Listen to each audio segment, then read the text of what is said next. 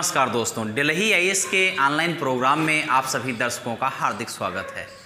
तो ये जो भूगोल की श्रृंखला चल रही थी जिसमें आप समझ रहे थे जो भारत की मिट्टियाँ थीं, तो मिट्टियों में 4 प्रमुख जो मिट्टियाँ थीं उनका हमने डिस्कस किया था आपके सामने, और आज जो शेष बची हुई 4 हैं उनके संदर्भ में हमें समझना है। तो उस मिट्टियों के क्रम में आज जो हमारा नंबर है ये 5वां है, और 5वें नंबर में देखेंगे कि जो पर्वतीय मृदा है, जो बनी मृदा है, जिसे हिली या फॉरेस्ट सॉइल कहते हैं, जिसे हिली या फॉरेस्ट सॉइल कहते हैं, तो इसका वितरण किस प्रकार से है, इसमें किन फसलों की प्रधानता है, अब इसको हम देखने का प्रयास करेंगे।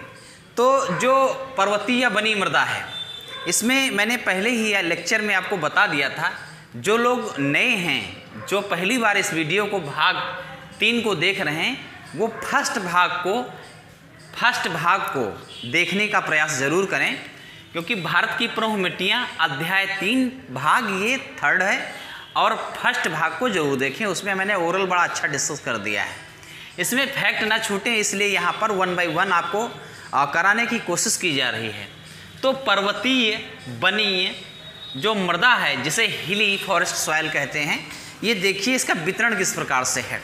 मैंने कहा था कि ये पर्वतों के ढाल पर निर्मित होती है। एक बात पॉइंट वाइज लिखिएगा, एक बात जो है ये है कि पर्वतों के ढाल पर, पर्वतों के ढाल पर निर्मित है।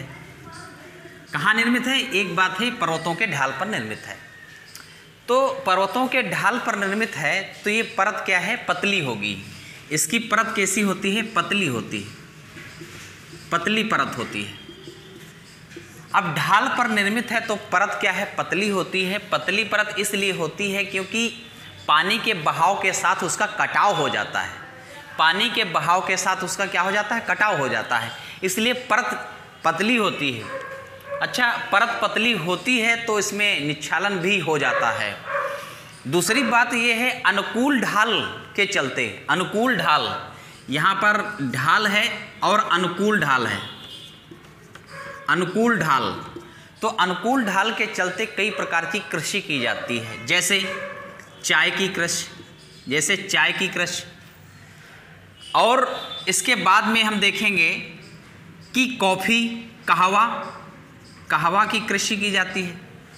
तो एक तो चाय की कृषि आपने देखा, दूसरी कहवा की कृषि देखा, तीसरे प्रकार की कृषि में देखेंगे तो फलों की खेती होती है। क्या होती है?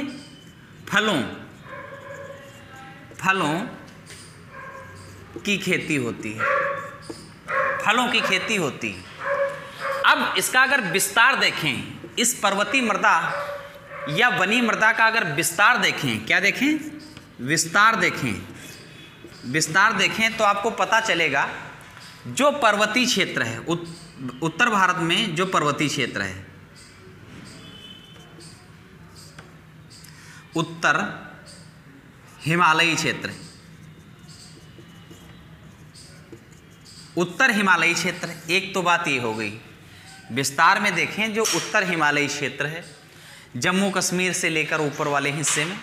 उसके बाद में दूसरा जो पोर्शन है नॉर्थ ईस्ट का है। क्या है? नॉर्थ ईस्ट का है। दूसरा पोर्शन क्या है? नॉर्थ ईस्ट का है। यानी उत्तर पूर्व जो भारत है, वहाँ पर आप देखा होगा नागा पहाड़ी देखा होगा, मिजो पहाड़ी देखा होगा, असम में देखा होगा, तो मेघालय वगैरह जो भी है, यहाँ पर जो पहाड़ी रीजन है ये नॉर्थ ईस्ट का पोर्शन है, उत्तर पूर्व भारत का पोर्शन है। तो जो चाय की खेती की बात कर रहे हैं वहीं कर रहे हैं, दार्जिलिंग असम में, उधर ही पर्वतीय रीजन पर, वहाँ पर ढाल है, वहाँ चूँकि पानी नहीं रुकता तो उनकी जड़ें नहीं सड़ती और वहाँ पर कृषि अच्छी हो जाती है, जो चाय की बागवानी। तो एक तो उत्तर का जो हिमालयी रीजन है वहाँ पर आपने देखा, दूसरा देखा नॉर्थ ईस्ट, उत्तर पूर्व भारत का जो रीजन है वहाँ पर देखा।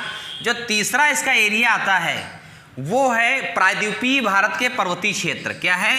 प्रायद्वीपीय भारत के पर्वतीय क्षेत्र। तो प्रायद्वीपीय भारत के क्या है? पर्वतीय क्षेत्र।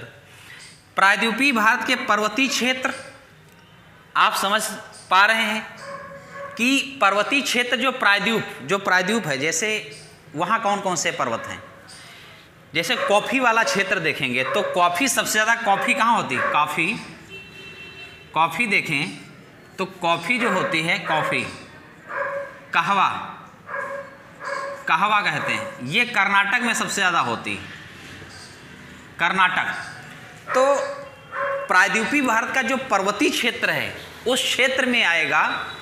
एक तो जैसे आप देखते हैं नीलगिरी की पहाड़ियाँ, कार्डमम की पहाड़ियाँ, कार्डमम, और उसके बाद में देखेंगे कि जो अनायमुड़ी है, अनायमुड़ी यहाँ देखेंगे। तो कुल मिला के ये जो प्रायद्वीप है और उस प्रायद्वीप में जो जहाँ जहाँ पर्वत हैं, उन पर्वतों पर इस प्रकार की जो है फसलें आपको देखने को मिलेंगी, इस प्रकार की मृदा आपको देखने को मिलेगी।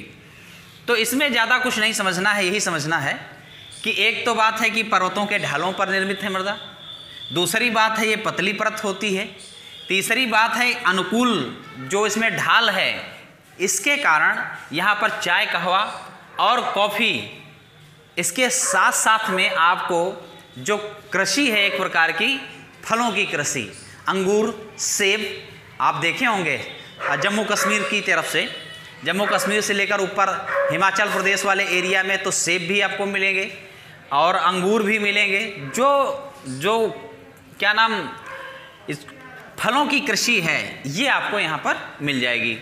जो प्रायद्वीपीय भारत की बात करता है तो आप कहवा, कॉफ़ी जैसे देखते हैं कर्नाटक, अनायमुडी, इधर आपको चीज़ें मिल जाएंगी। और प्रायद्वीपीय जो पर्वत हैं उनमें देखेंगे तो आपको जो नीलगिरी है यहाँ पर पर्वतीय मिलेगा, केरला में आओगे जो है कार्डमम मिलेगा जहाँ इलायची सबसे ज़्यादा होती है, और एक अनायमुडी भी आपको मिलेगी। और ये सब महेंद्रगिरी, ये तो जो है प्रायद्वीपीय पठार में ही आते हैं, जो प्रायद्वीपीय भारत है उसी के अंतर्गत ये पर्वत श्रृंखलाएँ हैं। तो इतना आपको समझना है, इसमें ज़्यादा डिटेल में समझने की ज़रूरत नहीं है, ये आपको हमको समझाना था। अब देखिए, क्योंकि बहुत ज़्यादा डिटेल में हम बता दिए हैं, जो 4 मृदा थी उनको बहुत ही डिटेल में बताए हैं, इनको बस इनके ये फैक्ट ही जानने ज़रूरी थे। इसके बाद में एक छठी मृदा आपको मिलेगी। जो छठी मृदा मिलेगी ये, इसका अगर हम देखेंगे तो ये आएगा मरुस्थलीय मृदा, मरुस्थलीय मृदा, डिजर्ट सॉइल,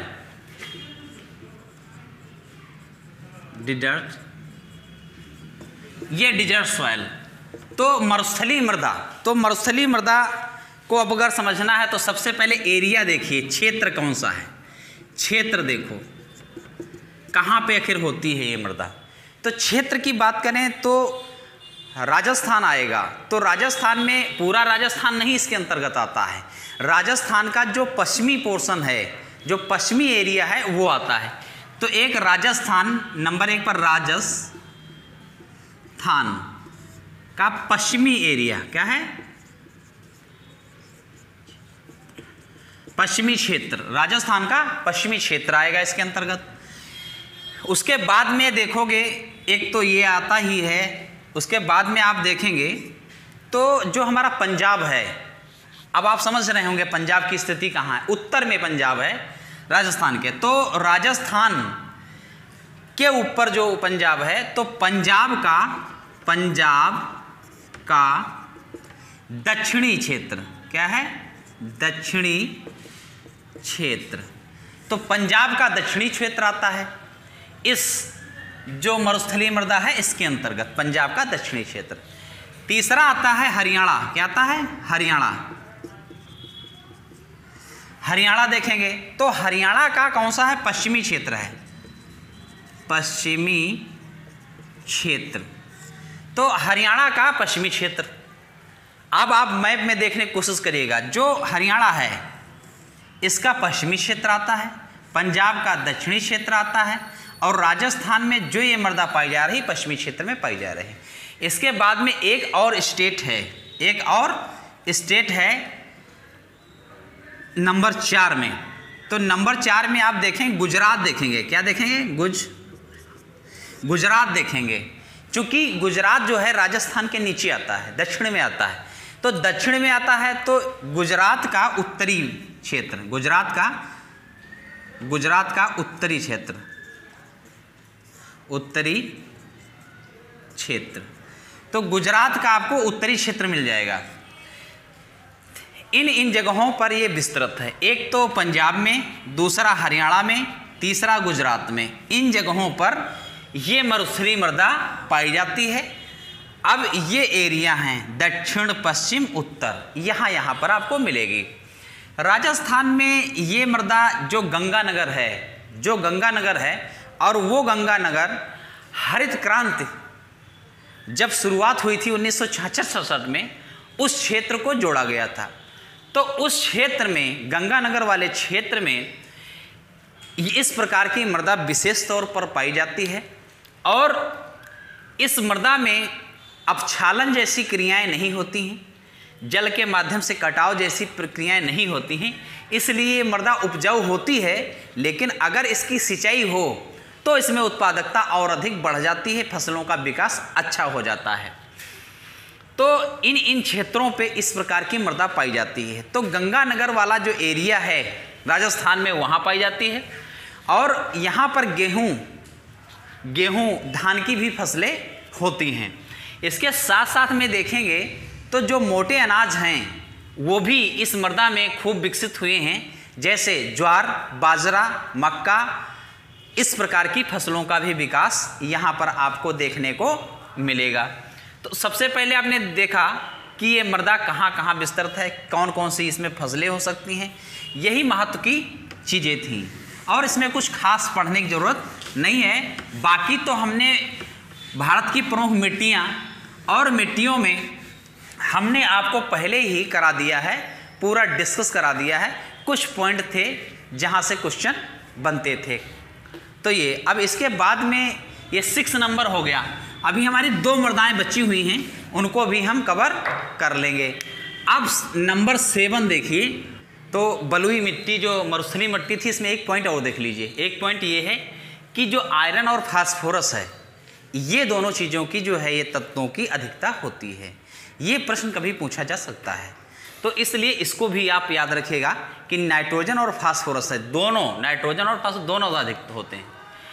अब आयरन और फास्फोरस दोनों अधिक हैं। इसके बाद में देखेंगे जो नाइट्रोजन और ह्यूमस है, ये दोनों कम होते हैं। नाइट्रोजन और ह्यूमस ये दोनों कम हैं। आयरन और फास्फोरस दोनों ये अधिक पाए जाते हैं, ये याद रखना। और कम क्या है? एक तो नाइट्रोजन, दूसरा ह्यूमस, इतना याद रखना है। क्योंकि इस मिट्टी में ये उर्वर तो होती नहीं, कम उर्वर होती है। और यदि इसमें सिंचाई कर दिया जाए, जहाँ जहाँ सिंचाई हो जाती है वहाँ उसकी उत्पादकता बढ़ जाती है। जैसे गंगानगर वाला एरिया जो बताया था, तो उत्पादकता बढ़ जाती है जहाँ सिंचाई होती है। उसका कारण ये होता है कि बालू की परत में उसका निच्छालन, उसका कटाव न होने के कारण उसमें जो उत्पादक उर्वर तत्व हैं वो तो मौजूद होते हैं, और वहीं पर जब सिंचाई कर दिया तो उत्पादकता उसकी और बढ़ जाती है। तो ये 2 तत्व आपको जो है क्या कम है और क्या अधिक होता है, ये याद रखना है। इसके बाद में हमने कहा था कि लवणीय मृदा, क्या कहा था? लवणीय मृदा, सेलाइन सॉयल। क्या है? सेलाइन सॉयल। इसको हमें समझना है। बस 2 ही मृदा हमारी बची हैं, लवणीय मृदा, पीट एवं जैव मृदा, 2 बची हैं। इसके बाद में जो इसकी चुनौतियां हैं, जो इश्यू हैं इससे संबंधित, मृदा से संबंधित, इसका इशू एक ही है, मृदा अपरदन। तो इसको हम डिस्कस करेंगे इसके बाद में। तो इसमें देखिए क्या है कि लवणीय मृदा। तो लवणीय मृदा क्या है? लवणीय मृदा देखेंगे कि जाहिर सी बात है जिसमें लवण की मात्रा क्या हो, ज़्यादा हो। तो ये कहाँ पाई जाती है? इसका क्षेत्र जो है, ये क्षेत्र देखेंगे जहाँ जब 1966-67 में, 66-67 में जो हरित क्रांति आई थी, ग्रीन रिवोल्यूशन आई थी, तो उस ग्रीन रिवोल्यूशन वाले एरिया में आता है, ग्रीन रिवोल्यूशन वाले एरिया में। तो ये आया था पश्चिमी उत्तर प्रदेश, पंजाब, हरियाणा का क्षेत्र और गंगानगर राजस्थान का एरिया, इन एरिया पे। इसके साथ साथ में जो नहरें हैं, उन नहरों के किनारे जहाँ पर पानी का भराव हो जाता है, वहाँ पर इस प्रकार की मृदा का निर्माण होता है। ये मृदा, इस प्रकार की मृदा बनती कैसे है? इसमें यह है कि जैसे पानी का भराव हो गया मृदा में एक लंबे समय तक, तो वो पानी जब सूखता है, सूखने के बाद में लवण जैसे जो तत्व हैं वहाँ पर रह जाते हैं, छूट जाते हैं। इसके साथ साथ में एक दूसरी प्रक्रिया होती है जो कैपिलरी प्रोसेस कहते हैं। केशिकत्व की क्रिया के माध्यम से भी वहाँ पर पानी की मात्रा ये खत्म होती है। जो लवण नीचे से ऊपर आ जाते हैं वो खींच लेता है, पानी खत्म हो जाता है। तो पानी के साथ साथ उसके ऐसे तत्व जो अनुपजाऊ होते हैं वो आ जाते हैं, एक लेयर पर बिछा देते हैं। तो एक बड़ी चुनौती क्या है, ये बन गई है, वहाँ पर बंजर जैसी एक समस्या बन गई है। तो अब देखिए इसमें क्या मेन चीज़ें समझना है। देखिए कहता है लवणीय मृदा, यह क्या है, अनुपजाऊ है। तो अनुपजाऊ जाहिर सी बात है, अनुपजाऊ हो ही जाएगा। अब जैसे सोडियम कैल्शियम जैसे तत्व, पोटेशियम जैसे तत्व, सोडियम कैल्शियम पोटेशियम जैसे तत्व जब ऊपर आ जाएंगे तो उर्वर तत्वों की कमी होगी, तो क्या है, उसमें उत्पादकता नहीं होगी। तो अनुपजाऊ होती ही होती है। और ये कहाँ पाई जाएगी? वहाँ पाई जाएगी जहाँ शुष्क है क्षेत्र और या फिर अर्धशुष्क प्रदेश हैं, वहाँ पर पाई जाती है। क्यों पाई जाती है? क्योंकि वहाँ पर हुई है अति सिंचाई। क्या हुई है? अति सिंचाई, यानी अत्यधिक पानी को वहाँ पर सींचा गया है, पानी के माध्यम से सिंचाई हुई है। तो ऐसे क्षेत्रों में पाई जाती है। अच्छा, वही बात वाष्पीकरण के कारण केशिकत्व क्रिया कैपिलरी प्रोसेस के द्वारा इस मिट्टी की जो ऊपरी परत है उसमें ऊपरी परत में क्या पाया जाएगा? सोडियम। क्या पाया जाएगा? सोडियम पाया जाएगा। किसके कारण क्या पाया जाएगा? केशिकत्व जो प्रोसेस हुआ उसके कारण पाया जाएगा, वाष्पीकरण के कारण जो केशिकत्व क्रिया हुई। उसके साथ साथ में कैल्शियम पाया जाएगा। क्या पाया जाएगा? कैल्शियम पाया जाएगा। और या फिर कहें इसमें पोटेशियम भी पाया जाता है। इनके क्या है कि लवण और जो क्षार होते हैं, लवण एवं क्षार होते हैं, इनका क्या हो गया है? जमाव हो गया है, निक्षेप हो गया है, जिस कारण यहाँ पर उपजाऊपन सब खत्म हो चुका है और लास्ट में क्या है? भूमि बंजर हो गई है। अब वो क्षेत्र जो आपको मैंने बताए वो भारत के हरित क्रांति वाले क्षेत्र हैं, भारत के हरित क्रांति वाले क्षेत्र हैं। इसके साथ साथ में देखोगे जो नहरें हैं, भारत में जो नहरों का जाल बिछा हुआ है, उन जाल के साइड वाले एरिया एक बड़ा क्षेत्र है जहाँ पर पानी के भराव की समस्याएं बनी रहती हैं। नहरों के तटों के टूटने से वहाँ पर हमेशा पानी भराव की स्थितियाँ बनी हुई हैं। तो नहरों के आसपास के क्षेत्र, वहाँ पर लवणीय एवं क्षारीय मिट्टी का क्षेत्रफल तेजी से विकसित हुआ है, वहाँ तेजी से विकास हुआ है। इसके कारण वहाँ पर क्या है? एक बड़ी समस्या है, बंजर भूमि की एक बड़ी समस्या हो गई है। भूमि का विस्तार, बंजरीकरण का तेजी से हो रहा है। तो एक बड़ी चुनौती भी है। अब ये फैक्ट थे, ये आपको समझना था। इसमें से क्वेश्चन खूब बनते हैं, इसीलिए मैंने नोट्स के रूप में आपको लिख दिया है ताकि इसको आप उतार लें, इसको नोट्स बना लें। तो इसके बाद में जो लास्ट मृदा है, जो लास्ट मृदा है जिसे कहते हैं पीट एवं जैव सॉइल। क्या है? पीट एवं जैव मृदा। तो पीट एवं बायोटिक सॉइल या इसको दलदली मृदा भी कहा जाता है। अब नाम से ही स्पष्ट होता है कि दलदली का माने ये हुआ कि ऐसी जगह मृदा पाई जाएगी जहाँ पर पानी दलदल के रूप में वहाँ मिलेगा। बिल्कुल मृदा क्या होगी? दलदल होगा, दलदल में पाई जाएगी। तो वहाँ पर जो है बायोटिक इसीलिए कहा गया, वहाँ पर जीवों का विकास ठीक हुआ होगा उसके नीचे, क्योंकि ऑक्सीजन उनको मिल रही होगी। तो इस मृदा के अंतर्गत अगर हमें देखना हो तो हम उन क्षेत्रों को देखेंगे जहाँ पर जो डेल्टाई रीजन है। डेल्टाई रीजन चाहे वो सुंदरबन का डेल्टा हो, चाहे कृष्णा कावेरी जो वो गोदावरी का डेल्टा हो, कृष्णा कावेरी यानी पूर्वी घाट, क्या है? पूर्वी घाट पर बनने वाले कोई भी डेल्टा हो यहाँ पर, तो डेल्टाई रीजन में मिलेगा ये मृदा। अब देखिए क्या कहता है, निम्न मैदान का मतलब हुआ जहाँ पर एक सतह, बहुत नीचे की सतह है जहाँ पर पानी का भराव हो जाता है, उसे निम्न स्थान कह रहे हैं, मैदान कह रहे हैं। कह रहा वहाँ पर उसके साथ साथ जो डेल्टाई प्रदेश हैं, जहाँ जहाँ डेल्टा हैं, उनके दलदल क्षेत्र में ये पाई जाती है। इस मिट्टी में जैव पदार्थों की क्या है? अधिकता है। जैव पदार्थों की क्या है? अधिकता है। हमने कहा कि ये मिट्टी यहाँ पर जैव पदार्थ यहाँ पर जो है ऑक्सीजन ले लेते हैं, ऑक्सीजन की दशाएं रहती हैं। इस प्रकार से मृदा का विकास हुआ है कि ऑक्सीजन की दशाएं हैं, तो वहाँ पर जो जैव हैं, जीव हैं, उनका बढ़िया विकास माना गया है। अब देखिएगा, यह मिट्टी क्या अपरिपक्व है, यानी पूरी तरह से विकसित मिट्टी नहीं है, तो अपरिपक्व मिट्टी है। अब अपरिपक्व मिट्टी है तो इस मिट्टी में आप देखेंगे कि मैंग्रोव जैसी वनस्पतियां ही पाई जाएंगी। तो मैंग्रोव की वनस्पतियां या इस मिट्टी का विकास अगर आप देखोगे तो पूर्वी घाट में जो डेल्टाई रीजन है या सुंदरबन का जो डेल्टा है, इसके साथ साथ में जो कच्छ वाला एरिया है गुजरात में, तो वहाँ पर पाए जाएंगे। तो दलदल जो रामसर साइट्स हैं वो भी गुजरात में ही भारत में सबसे ज़्यादा पाई जाती हैं, रामसर साइट्स गुजरात में। तो दलदल वाला जो एरिया है, गुजरात वाला एरिया, वहाँ पर भी ये कच्छ वगैरह यहाँ पर आपको देखने को मिलेगा। तो इस प्रकार से जो ये मृदाएँ थीं, प्रमुख 8 प्रकार की मृदाएँ, ये आपकी ख़त्म हो जाती हैं। इसके बाद में जो है इससे रिलेटेड जो चुनौतियां हैं, जो इशू हैं, बर्निंग इशू हैं, उन पर थोड़ा सा डिस्कस करेंगे विस्तार में। उनको समझाने के बाद में ये होगा, क्वेश्चन भी आपके डिस्कस कर देंगे। और इसके बाद में हम जो है एक नया टॉपिक लेके आएंगे अध्याय 4 के रूप में। इसको तो समझना ही था, लेकिन बहुत सारे जटिल चैप्टर हैं, उनको बड़े आसानी तरीके से इसके बाद में आपके सामने हम डिस्कस करने वाले हैं। तो इसको पूरा समझ लीजिए, देख लीजिए, पर्याप्त नोट्स, इससे ज़्यादा कहीं पढ़ने की जरूरत नहीं, ना तो इससे ज़्यादा पूछा ही जाता है।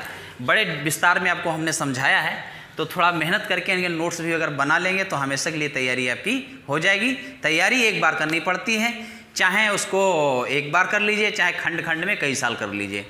तो इसके साथ ही आप देखिए ये चैप्टर ख़त्म है, और नेक्स्ट जो भाग आएगा ये तीसरा भाग था, चौथा भाग में बिल्कुल एंड हो जाएगा।